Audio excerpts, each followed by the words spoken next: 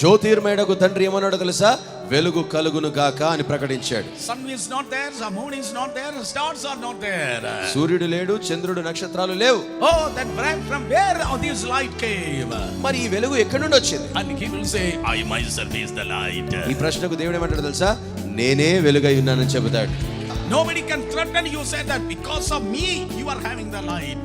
దీని అర్థం ఏంటో తెలుసా? ఎవరు కూడా మిమ్మల్ని బెదిరించి భయపెట్టి నన్ను బట్టే మీకు వెలుగు కలిగింది అని చెప్పే అవకాశం లేదు.